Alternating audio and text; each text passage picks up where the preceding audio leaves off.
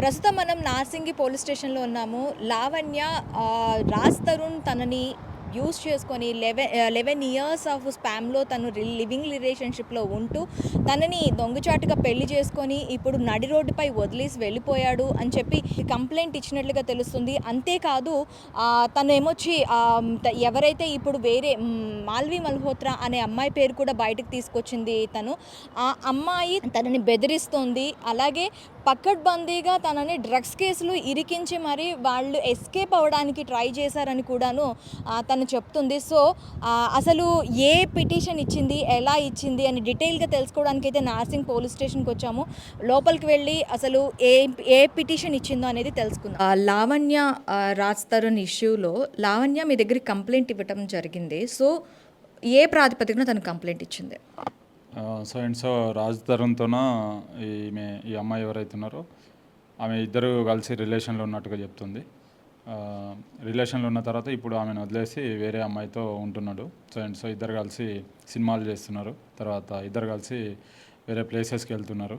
ఆ అమ్మాయి ఎవరైతే ఉన్నారో ఆ అమ్మాయి కానీ ఆ అమ్మాయి పేరెంట్స్ కానీ ఈమెను థ్రెటన్ చేస్తున్నట్టుగా చెప్తుంది. రాజ్ తరుణ్ని వదిలేసేయమని చెప్పేసి థ్రెటన్ చేస్తున్నట్టు చెప్తున్నాను. దాంట్లో పిటిషన్ ఇచ్చింది. దాంట్లో మేము ఎంక్వైరీ చేస్తున్నాము. ఆమె ఏదైనా ఎవిడెన్స్ ఇస్తే దాన్ని బేస్ చేసుకొని ఫర్దర్గా ప్రొసీడ్ అవుతాం. ఇంతవరకు ఆ కేసు మీద ఎలాంటి యాక్షన్ తీసుకోలేదా సార్? యాజ్ పర్ ప్రొసీజర్ ఏముందో అది చేస్తాం.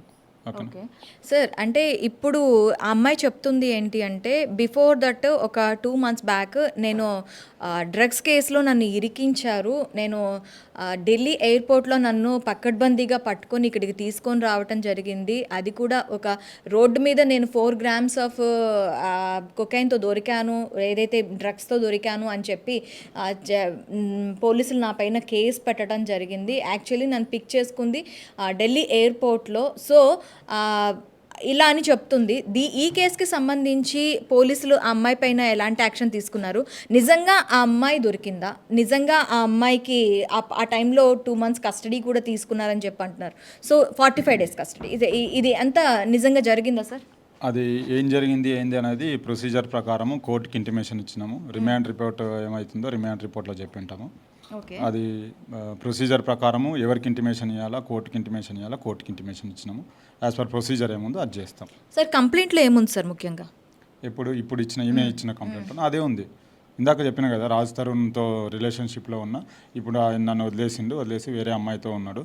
ఆ అమ్మాయి ఎవరైతే ఉన్నారో ఆ అమ్మాయికి సంబంధించిన వాళ్ళు ఆ అమ్మాయి ఈమె థ్రెటన్ చేస్తున్నట్టుగా ఈమె రాజ్ తరుణ్తో కలిసి ఉండాలనుకుంటుంది.